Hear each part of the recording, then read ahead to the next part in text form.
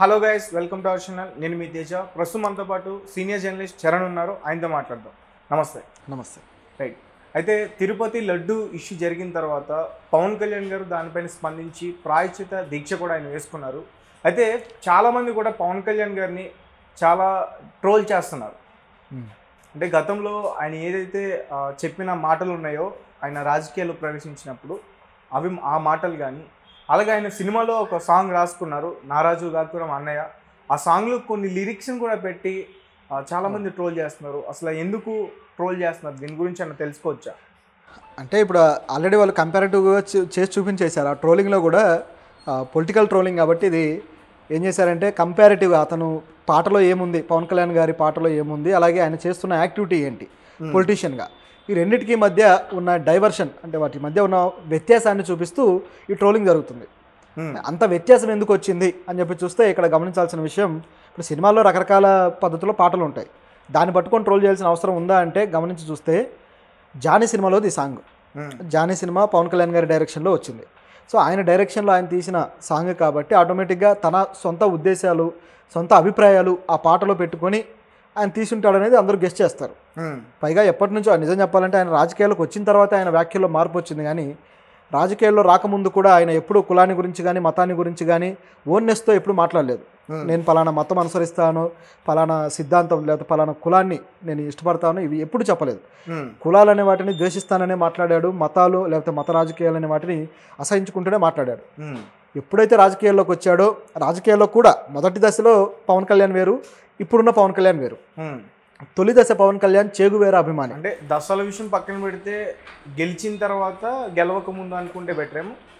లేదు, గెలవక ముందు అంటే ఎలక్షన్కు ముందు నుంచే పవన్ కళ్యాణ్ గారి స్ట్రాటజీలు వేరుగా ఉన్నాయి. ఎప్పుడైతే బీజేపీ తోటి మొదలు పెట్టాడో, కూటమి ప్రభుత్వం అన్నప్పటి నుంచే ఆయన ఆలోచన వేరేగా సాగింది. బీజేపీతో కలవక ముందు ఆయన పరిస్థితి ఏంటి, కమ్యూనిస్ట్ పార్టీలతో కలిసి ఉన్నాడు. ఏపీలో పవన్ కళ్యాణ్ గారికి 1% ఓటింగ్ కూడా లేని టైంలో కూడా ఆయన కమ్యూనిస్ట్ పార్టీలతో కలిసి ఉన్నాడు, కమ్యూనిస్ట్ పార్టీలతో రాజకీయం చేశాడు. అయితే అప్పుడు ఆయనకు మద్దతు ఇచ్చిన ఆ పార్టీలు గెలవలేదు, పవన్ కళ్యాణ్ గారు గెలవలేదు, ఆ పార్టీ నుంచి ఒకే ఒక వ్యక్తి గెలిచాడు. తర్వాత ఆయన కూడా వెళ్ళి వైసీపీలో జాయిన్ అయిపోయాడు అనుకోండి. అప్పుడున్న స్ట్రాటజీ ఏంటంటే అప్పుడు కూడా అదే చెప్పాడు, నేనేం కాపుల కోసం రాజకీయాల్లోకి రాలేదు, కాపులను ఉద్ధరించడానికి కాదు, నాకు అందరూ కావాలని చెప్పేసి ఆ రోజుల్లో కూడా అన్నాడు. అలాగే దళిత బహుజన వర్గాల కోసం మాట్లాడతానని చెప్పేసి అన్నాడు. ఇట్లా రకరకాలుగా మైనార్టీల గురించి మాట్లాడుతా అన్నాడు. అన్నీ చెప్పింది ఆయనే.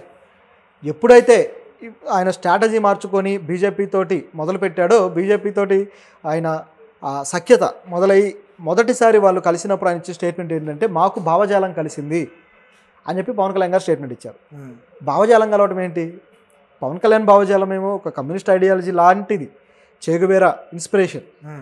చేగువేరా ఎంత పెద్ద పోరాట యోధుడు అందరికీ తెలిసిందే. అటువంటి వాడిని ఇన్స్పైర్ అయిన వ్యక్తి, కమ్యూనిస్టు పార్టీలతో సిద్ధాంతం పరంగా మేమంతా ఒకటే అని చెప్పుకున్న వ్యక్తి ఇప్పుడు సడన్గా రైట్ వింగ్ పార్టీతోటి జతగట్టి మేము మా సిద్ధాంతాలు కలిసిపోయాయంటే దాన్ని ఎలా అర్థం చేసుకోవాలి? మారింది పార్టీ సిద్ధాంతాల, పార్టీ నాయకుడు కోరుకుని చేస్తాడు అనుకోవచ్చుగా. రాజకీయం మీరు ఎలాగైనా చేయండి, కానీ సిద్ధాంతాల పరమైన మాటలు ఎందుకు?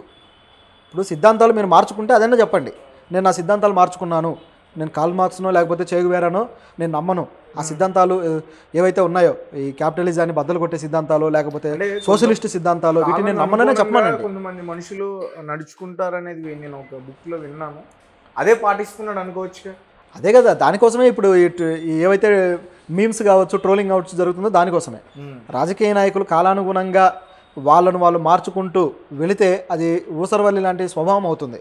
కాబట్టి ట్రోలింగ్ జరుగుతుంది, లేకపోతే ఎందుకు జరుగుతుంది? సో ప్రజలు అమాయకులు కాదు కదా. ఈయన చూసిన కమ్యూనిజాన్ని ప్రజలు చూశారు, ఈయన చదివిన చేగువేరాన్ని ప్రజలు చదివారు, ఈయన ఇప్పుడు జతకట్టిన పార్టీ పరిపాలనని 10 ఏళ్ళుగా ప్రజలు చూస్తూ ఉన్నారు. కాబట్టి ప్రజలకు అన్నీ తెలుసు, వాళ్ళేం అమాయకులు కాదు. కాకపోతే ఓవరాల్గా దీని మీద వాళ్ళకంటూ ఒక ఒపీనియన్ అనేది ఏర్పడింది. పవన్ కళ్యాణ్ గారు ఈరోజు ప్రాయశ్చిత్త దీక్షని మొదలుపెట్టారు. మా ధర్మాన్ని కాపాడుకోవాలి, క్రిస్టియన్ చర్చిలో ఇలా జరిగితే ఊరుకుంటారా, మా హిందూ ధర్మానికి అన్యాయం జరిగిపోతుందని చెప్పేసి ఈరోజు మొదలుపెట్టాడు. కానీ ఆ రిపోర్టులోనే సరైన, ఇప్పుడు మీరు చెప్పింది ఒకసారి మళ్ళీ చెప్పండి. క్రిస్టియన్ చర్చిలో ఈ విధంగా జరిగితే మీరు ఊరుకుంటారా అని చెప్పేసి ఆయన మీడియా ముందు కౌంటర్ వేశాడు. ఎవరిని అన్నాడు అది డైరెక్ట్గా? జగన్ గారికి కౌంటర్. అంటే మా దగ్గర ఈ లడ్డు కల్తీ చేశారు, మీరు ఇట్లా అపచారం చేశారు, ఇలాంటి అపచారం మీ చర్చిలో చేస్తే ఊరుకుంటారనేది ఆయన పాయింట్. అసలు మధ్యలో చర్చిలు ఎందుకు వచ్చాయి? ఇప్పుడు లడ్డూలో కల్తీ కలిసిందన్న విషయం ఓకే, అంతే. దీనికి మధ్యలో క్రిస్టియన్స్ని ఎందుకు అదే తీసుకొచ్చారు అడుగుతున్నా నేను, ఎందుకు వచ్చింది అంటే జగన్ గారు క్రిస్టియన్ కాబట్టి ఆయన పక్క మతం మీద ద్వేషంతో ఈ పని చేశాడు అనేది ప్రజల్లో ఒక సబ్కాన్షియస్గా వేయడం కోసం చేసిన మాట ఇది. ఇలా మాట్లాడకూడదు, ఎందుకంటే మతపరమైన డైవర్షన్ ఏదైతే వస్తుందో అది ఇక్కడ వస్తుంది. ప్రజలు తప్పుగా అర్థం చేసుకుంటే వాళ్ళలో విద్వేషాలు లేకపోతే ఆవేశం రెచ్చగొట్టినట్టే కదా. ఇది ఏమాత్రం సరైనది కాదు. మా మతానికి మీరు అన్యాయం చేశారు, ఇది కూడా కరెక్ట్ కాదు. ఎందుకంటే మతానికి అన్యాయం చేయడం ప్రభుత్వం డ్యూటీ కాదు. ప్రభుత్వం లేకపోతే ప్రభుత్వానికి ఒక మతం ఉండదు. మా మతానికి అంటే అసలు ప్రభుత్వం ఏ మతాన్నైనా సమానంగా చూస్తుంది. కాబట్టి మా మతానికి అనే పాయింటే తప్పు. ఇక్కడ జరిగినది ఇష్యూ బేస్డ్గా ఉండాలి తప్పితే రిలీజియస్గా మార్చేయడం అనేది కరెక్ట్ కాదు. రైట్ అన్న. ఇంకో క్వశ్చన్ అంటే ఇంకొక కామెంట్ కూడా ఒకటి నేను చూసా. ఇప్పుడు పవన్ కళ్యాణ్ గారు తిరుపతి కోసం ప్రాయశ్చిత్త దీక్ష చేస్తున్నారు. మరి ఇందాక మీరు అన్నట్టుగానే మరి క్రిస్టియన్స్ చర్చిలు కోల్గొట్టినప్పుడు కానీ ముస్లిమ్స్ యొక్క మసీదులు కోల్గొట్టినప్పుడు కానీ ఆయన ఎప్పుడైనా స్పందించారా, మాట్లాడారా? అలాంటి క్లిప్స్ అని ఉన్నాయా? ఏది ఆయన స్పందించలేదే. అప్పుడు దీక్షలు లేవు, అప్పుడు స్పందనలు లేవు. అదే ఇప్పుడు పవన్ కళ్యాణ్ గారిది స్ట్రాటజీలో ఎందుకు ఈ వేరియేషన్ అనేది ఇప్పుడున్న ప్రశ్న. మొదట్లో నాకు అన్ని మతాలు ఒకటే అని చెప్పగలిగిన వ్యక్తి ఇప్పుడు ఎందుకు ఈ విధంగా మాట్లాడుతున్నాడు అనేది ప్రశ్న. అంతెందుకు ఇప్పుడు ఈ విధంగా ఈయన దీక్షలు చేసి ప్రాయశ్చిత్తం చేసుకుంటున్నామని మాట్లాడినందుకే జాతీయ స్థాయిలో కూడా అత్యంత ఫేమస్ అయిన ఒక యూట్యూబ్ ఛానల్ అతను ధ్రువరాటి అని చెప్పేసి ఒక అతను ఉన్నాడు. గత కొద్ది కాలంగా ఇండియాలోనే టాప్ యూట్యూబ్ ఛానల్ ఇన్ఫ్లుయెన్సర్ అతను. ఇలాంటి పొలిటికల్ ఇష్యూస్ మీద మాట్లాడుతూ ఉంటాడు. అతను ఐ థింక్ జర్మనీలో ఉంటాడు. బీజేపీకి ఇతను కొద్దిగా వ్యతిరేకంగా మాట్లాడినందుకు ఆయన మీద బాగా ట్రోలింగ్ కూడా చేశారు వాళ్ళు. ఈరోజు అతను కూడా పవన్ కళ్యాణ్ మీద వరుసగా ట్వీట్లు చేస్తున్నాడు. తన ఛానల్లో కొన్ని ఇష్యూ బేస్డ్గా ఇవన్నీ మాట్లాడుతున్నాడు. పవన్ కళ్యాణ్ నిజంగా అంత నిజమైన సనాతన ధర్మవాది అయితే ఇద్దరు హిందూ భార్యలను వదిలేసి మూడవ క్రిస్టియన్ భార్యను ఎందుకు చేసుకున్నాడు, క్రిస్టియన్ వ్యక్తిని అని చెప్పేసి ఆయన ట్వీట్ చేశాడు. ఓకే, సో అది లాజికలే కదా మరి. ఆ విధంగా చూసుకుంటే అంటే పర్సనల్గా తన జీవితంలో క్రిస్టియన్లు ఉంటారు, అందరూ ఉంటారు. కానీ తాను మాత్రం ఇటువంటి విమర్శలు అవతల పార్టీ మీద చేస్తారు. మీరు క్రిస్టియన్లు కాబట్టి నష్టం చేశారు మాకు అని. ఓకే, నాకు ఇప్పుడు ఒక క్లారిటీ వచ్చింది ఎందుకు ఆ లిరిక్స్ వైరల్ అయినాయి. యా, ఒకసారి ఆ లిరిక్స్ గురించి చెప్తారా? ఆ లిరిక్స్ అనేవి పవన్ కళ్యాణ్ గారు మత సామరస్యాన్ని ఉద్దేశిస్తూ రాయించుకున్న లిరిక్స్. చాలా మంది ఇష్టపడతారు ఆ సాంగ్. యా, ఆ సాంగ్ అనేది ఆ రోజుల్లో చాలా మంచి ఉద్దేశాలతో రాసిన సాంగ్. అది ప్రజల్లోకి బాగా వెళ్ళింది కూడా. మహారాజు గాకుర్మా అనే సాంగ్, అందులో కొన్ని మాటలు కూడా బాగుంటాయి. అంటే రాజకీయ నాయకులు ఏ విధంగా ప్రజల్ని మభ్యపెడుతున్నారు అనే విషయాన్ని ఆయన బాగా రాశాడు. అంటే మా ధర్మమే గొప్ప అంటారు, మా ధర్మమే అనుసరించమంటారు, మా మతాన్ని పాటించమంటారు అని చెప్పేసి రాస్తాడు. ఇదే వీళ్ళ రాజకీయం అని చెప్పేసి రాస్తాడు. సో ఎంత మంచి లిరిక్స్ అవి. ఇప్పుడు ఏం జరుగుతుంది? అదే జరుగుతుంది. పవన్ కళ్యాణ్ గారు అలాగే చంద్రబాబు గారు అదే చేస్తున్నారు ఇక్కడ. సో తనకు తానే సెటర్ వేసుకున్నట్టు అయిపోయింది ఆ పాటలోని లిరిక్స్ తోటి. అందుకని చెప్పేసి అది ఇప్పుడు ట్రోల్ చేస్తున్నారు. నాయకుడిని నమ్మొద్దు అని చెప్పేసి అందులో హుక్ వర్డ్ ఉంటుంది అన్నమాట. ఇది ఇప్పుడు ట్రోలింగ్ అవుతుంది. అది రాసిన మాస్టర్జీ గారు మంచి ప్రజా రచయిత. నిజం చెప్పాలంటే ఇటువంటివి చైతన్యవంతమైన పాటలు ఎన్నో రాశారు ఆయన. అందులోనే ఒక మంచి సేయింగ్ వాడతాడు. గుర్రం జాషువా గారి సేయింగ్ అది. విశ్వనరుడిని నేనని చెప్పేసి ఒక మాట ఉంటుంది గుర్రం జాషువా గారిది. ఆ మాటని ఇక్కడ వాడతాడు. అంటే కులాలు మతాలు ఇవన్నీ పక్కన పెట్టేయాలి, మనం అందరం కూడా విశ్వనరులం, అంటే వీటన్నిటికి అతీతమైన మనుషులం అని చెప్పేసి ఒక అద్భుతమైన ఇది ఉంటుంది అన్నమాట. గొప్ప ఫిలాసఫీ ఉంటుంది ఆ మాటలో. దాన్ని తీసుకొచ్చి వాడతాడు ఇక్కడ రచయిత. ఇంత మంచి ఉద్దేశము భావం కలిగిన పాట రాయించుకున్నప్పుడు పవన్ కళ్యాణ్ అభిప్రాయాలు అవి, ఇప్పుడు పవన్ కళ్యాణ్ అభిప్రాయాలు ఇవి అనేది ఇక్కడ ఉన్న తేడా. ఒక మనిషి మార్పుకి ఇది ఉదాహరణ. రైట్, టోటల్గా పవన్ కళ్యాణ్ బీజేపీతో కలిసిన తర్వాత మారిపోయడమే అనేది చెప్తున్నారు, అంతేనా? కలిసిన తర్వాత మారడం కాదు, ఇటువంటి మార్పును ఆయన అంటే పర్సనల్గా ఆయన లోపల ఎటువంటి అభిప్రాయాలు ఉన్నాయనేది గతం నుంచి ఉన్నాయా మధ్యలో వచ్చాయనేది మనం చెప్పలేం. బహుశా ఆయన ఆ అభిప్రాయాలు ఏర్పరచుకునే క్రమంలో కూడా కాస్త మధ్యస్థంగా అటు ఇటుగా జంప్ అయి ఉండొచ్చు. ఎందుకంటే సారస్వతాలు చదువుతూ ఉండగా, సిద్ధాంతాలను అర్థం చేసుకుంటూ ఉండగా అంత త్వరగా ఒక డెసిషన్కి ఒక వైపుకు రాలేరు.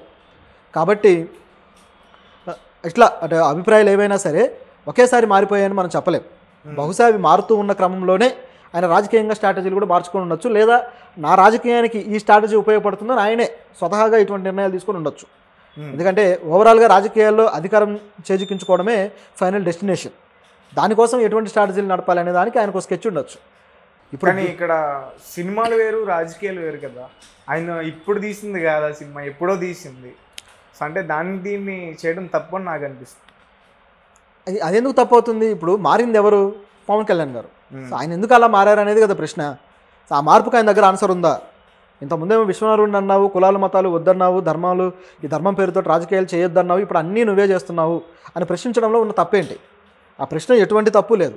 ఇంకొకటి మీమ్ స్పేస్లో కూడా పవన్ కళ్యాణ్ గారి గురించి అంటే ఆ బీఫ్ గురించి మాట్లాడింది ఒక వ్యాఖ్యలు కూడా వైరల్ అవుతుంది. అదేంటి? పవన్ కళ్యాణ్ గారు బీఫ్ మీద ఆ మధ్యకాలంలో, ఇప్పుడు కాదు, ఆ మధ్యకాలంలో ఒక మాట అన్నాడు. ఇప్పుడైతే దీన్ని అపచారం అంటున్నారు. నిజానికి అంటే లడ్డూకు సంబంధించిన విషయంలో అది అపచారమే, కానీ జరిగిందా లేదా అనే దాంట్లోనే క్లారిటీ లేదు. కోర్టుకు కూడా వెళ్తున్నారు అందరూ. చూస్తే సుబ్రహ్మణ్య స్వామి ఎవరైతే ఉన్నారో సీనియర్ బీజేపీ నాయకుడు, అడ్వకేటు, ఆయన కోర్టులో ఇప్పుడు ప్రజా ప్రయోజన వ్యాజ్యం కూడా వేశాడు. అసలు దీని మీద మీరు తేల్చండి, స్పెషల్ సిట్ వేయండి అని చెప్పేసి ఆయన కోర్టుకు వెళ్ళాడు. ఇప్పుడు చచ్చినట్టు దాని మీద ఎంక్వైరీ అయితే జరుగుతుంది. సుప్రీంకోర్టు దీన్ని యాక్సెప్ట్ చేసి ఏం చేస్తుందో చూడాలి. ఓకే. అయితే ఆయన వెనకాల జగన్ ఉన్నాడు అనేది వాస్తవం. ఎందుకంటే జగన్కి సంబంధించిన అనేక విషయాల్లో సుబ్రహ్మణ్య స్వామి చాలా సందర్భాల్లో రియాక్ట్ అయ్యాడు, కాబట్టి ఈయన కోర్టుకు వెళ్ళాడు. ఇది ఒక యాంగిల్. అయితే బీఫ్కి సంబంధించి పవన్ కళ్యాణ్ గారు మాట్లాడింది మరొక యాంగిల్. గతంలో ఆయన ఎలక్షన్ క్యాంపెయిన్లో చేస్తున్నప్పుడు మాట్లాడిన మాటలు అనమాట. అదోసారి చూస్తే అంటే ఆయన మాటలకి ఆయన ఇప్పుడున్న అభిప్రాయాలకి మధ్య తేడా చూడాలి మనం. ఆయన ఏమన్నాడంటే, eating beef is not a bad if vegetarians are great and peaceful then who did Gujarat 2002. అంటే దీని అర్థం ఏంటంటే 2002లో గుజరాత్ అల్లర్లు జరిగాయి. ఆ అల్లర్లలో అనేక మంది, వందల మంది చనిపోయారు, వేల మంది నిరాశ్రయులయ్యారు, అనేక మంది మహిళలు రేపుకు గురయ్యారు. ఎవరు ఆ మహిళలు? ఎవరు? ఏ వర్గానికి చెందిన వాళ్ళు? ముస్లిం వర్గానికి చెందిన వాళ్ళు అనేక మంది ఈ విధంగా అయ్యారు. అయితే దానికి కారణమైన గోద్రా అల్లర్లు మళ్ళీ దానికి ముందు పెద్ద చరిత్రే ఉంది. అయితే ఈ గుజరాత్లో జరిగిన ఇష్యూ అనేది గుజరాత్ ప్రభుత్వానికి, ఆ రోజుల్లో గుజరాత్ సీఎంగా ఉన్న మోదీ గారికి, అలాగే అమిత్ షా గారికి, వీళ్ళందరికీ చాలా చెడ్డ పేరు తీసుకొచ్చింది. ఆ కేసు ఇప్పటికీ సాగుతూనే ఉంది. ఈ విధంగా జరుగుతూ ఉంది. అయితే దాంట్లో ముఖ్యంగా ఈ ముస్లిం కమ్యూనిటీలో అనేక మంది మీద కొద్దిగా అత్యాచారాలు ఇటువంటివి జరిగాయి. ఇందులో కీలకంగా బిల్కిస్ బానో కేసు అనేది ఒక బాగా సెన్సేషన్ అయిన ఇష్యూ. ఆ కేసుకు సంబంధించి ఆ బిల్కిస్ బానో అనే మహిళ మీద కొంతమంది అత్యాచారం చేశారు, సామూహిక అత్యాచారం చేయడము, అలాగే ఆమె కుటుంబంలోని 14 మందిని చంపేశారు, సజీవ దహనాలు చేసేశారు. సో వాళ్ళందరినీ అరెస్ట్ చేశారు. చేసిన తర్వాత వాళ్ళు ఎవరయ్యా అని చూస్తే ఆ వ్యక్తులు చాలామంది కూడా బ్రాహ్మిన్స్, ఆ కుటుంబంలో చేసిన వాళ్ళు. అయితే ఇక్కడ కులాన్ని మనం సంబోధించడమో లేదా కులాన్ని తప్పుపట్టడమో కాదు. అది ఎందుకు సంబోధించాల్సి వస్తుందంటే వెజిటేరియన్స్, నాన్ వెజిటేరియన్స్ అనే తేడా కోసం సంబోధించాల్సి వస్తుంది తప్పితే కులానికి సంబంధించిన ఎటువంటి నెగిటివిటీ కాదు ఇది. ఓకే. అంటే ఉద్దేశపూర్వకంగా అయితే మనం అనట్లేదు, కేవలం ఆ ఇష్యూని మాట్లాడుతున్నాం కాబట్టి దీన్ని ఈ విధంగా తీసుకోవాలి. అయితే ఇక్కడ అరెస్ట్ అయిన వాళ్ళు ఎవరైతే ఉన్నారో 10-11 మంది ఉన్నారు. వాళ్ళకి శిక్షల కోసం చాలా కాలం ఆవిడ పోరాడుతూ వచ్చింది. అలా జరిగి మొత్తానికి ఒక 2 years బ్యాక్ ఏమో వాళ్ళందరినీ రిలీజ్ చేశారు. వాళ్ళకి సత్ప్రవర్తన కింద శిక్షలు పడ్డాయి. పడిన తర్వాత సత్ప్రవర్తన కింద వాళ్ళని రిలీజ్ చేసేసారు అందరినీ. సో దాంతో మళ్ళీ వాళ్ళు పోరాటం చేయడానికి మొదలుపెట్టారు. ఇక వాళ్ళ పోరాటం వీగిపోయింది. వాళ్ళందరూ ఇప్పుడు బయటకు వచ్చేసారు.